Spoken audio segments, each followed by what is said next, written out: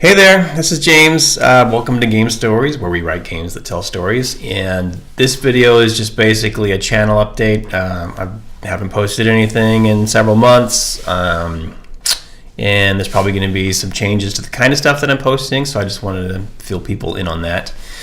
The reason I haven't been posting anything lately is because I've been teaching. This last semester I ran the Game Stories class and used the videos that I've made so far with those students to kind of test them out, gather their feedback, see what they liked and didn't like, and what kinds of things they would change.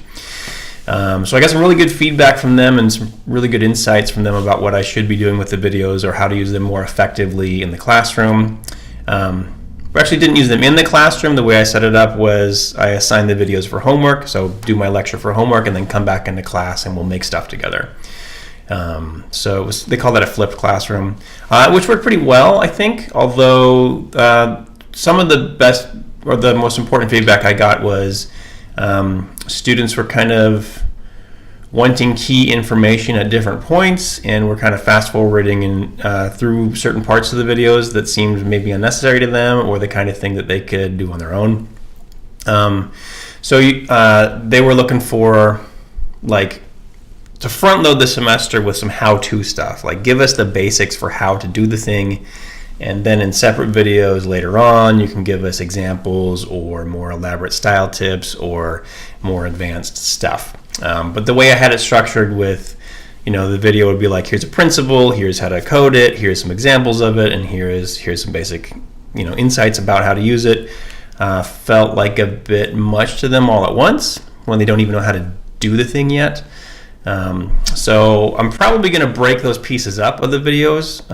So videos should get shorter here, presumably, where I'll start out with some sort of focused how-to stuff, and then later you might see separate videos that are, here's an example of some principles in a game, or here's how to code in Twine something similar to the first 20 minutes of Gone Home or something like that.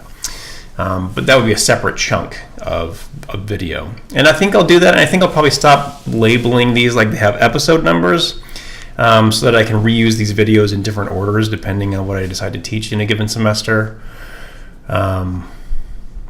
So that doesn't mean that the content won't still be interesting or relevant, but it might not. It might be sort of out of sync, and it'll be different than the episodic format that I've been using so far.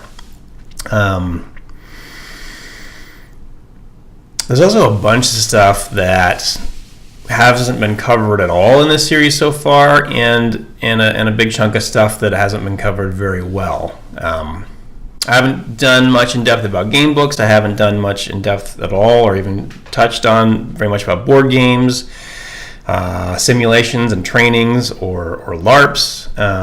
We mentioned linear and non-linear story structure in games, but didn't really delve into how to write those well. And that might have even been a better place to start, since linear narratives and even non-linear narratives are sort of more traditionally, they're more familiar to people who write fiction, that kind of style and format.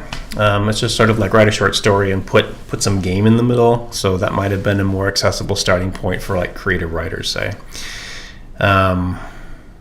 Didn't touch on that at all, so that's something that could be done. I don't know if or when I'll get to it. Location-based gaming is something that I've taught sometimes. There's a good app for that that's free called Aris, developed by UW-Madison. There'll probably be some how-tos about that coming up.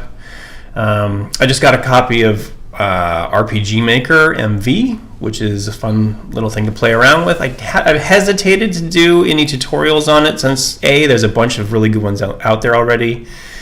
Not to say that I wouldn't have a different purpose for mine, which is about how to use it to tell stories.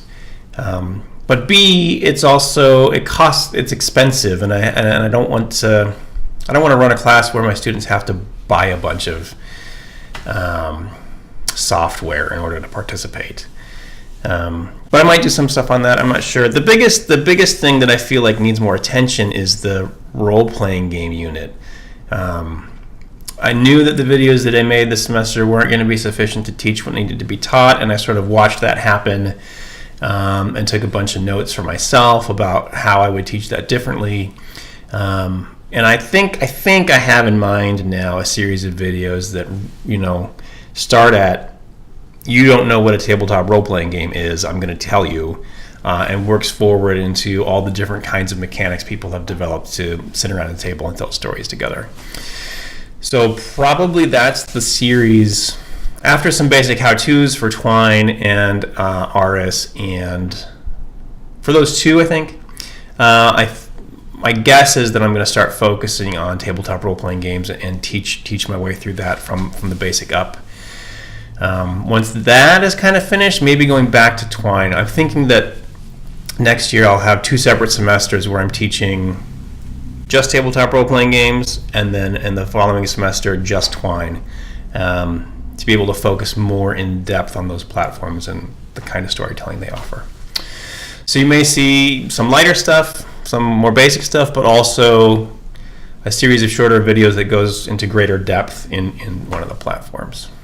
Anyway, that's like a lot of rambling from me, probably more than you needed to know about what's going on. But there's like 17 of you subscribing at this point, which is great, actually. I like having you, and it's kind of a nice motivation to know that somebody's out there watching these. So hopefully that'll give me a kick in the butt to that, and the approaching deadlines of the coming semester will hopefully get me to put some content up. Anyway, that's kind of what's going on and what the plan is. Any questions, feel free to leave them in the comments. Thanks for being around, and we'll see you soon.